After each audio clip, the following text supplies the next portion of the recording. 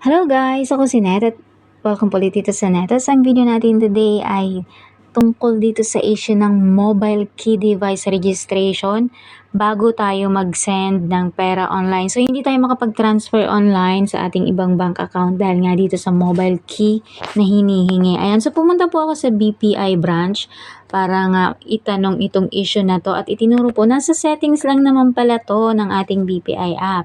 So ipapakita ko po sa inyo kung magkano tuloy kung paano. Ayan, so mag-login lamang po sa inyong account.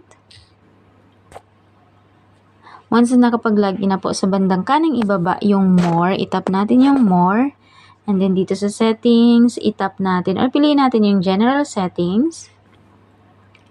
Okay, and then under security sa bandang gitna po yan, ayan, security mobile key. So naka-on na po siya ngayon.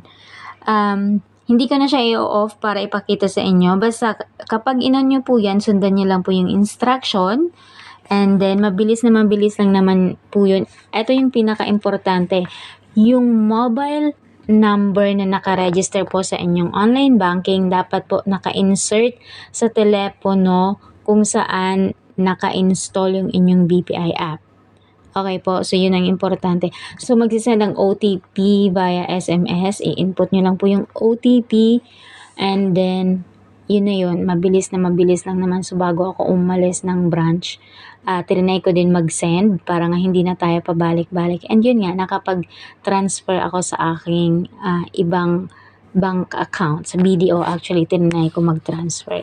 Okay, so yun lang naman po kung paano solusyonan itong mobile key device registration sa BPI para makapag-transfer na tayo sa ibang bank account natin.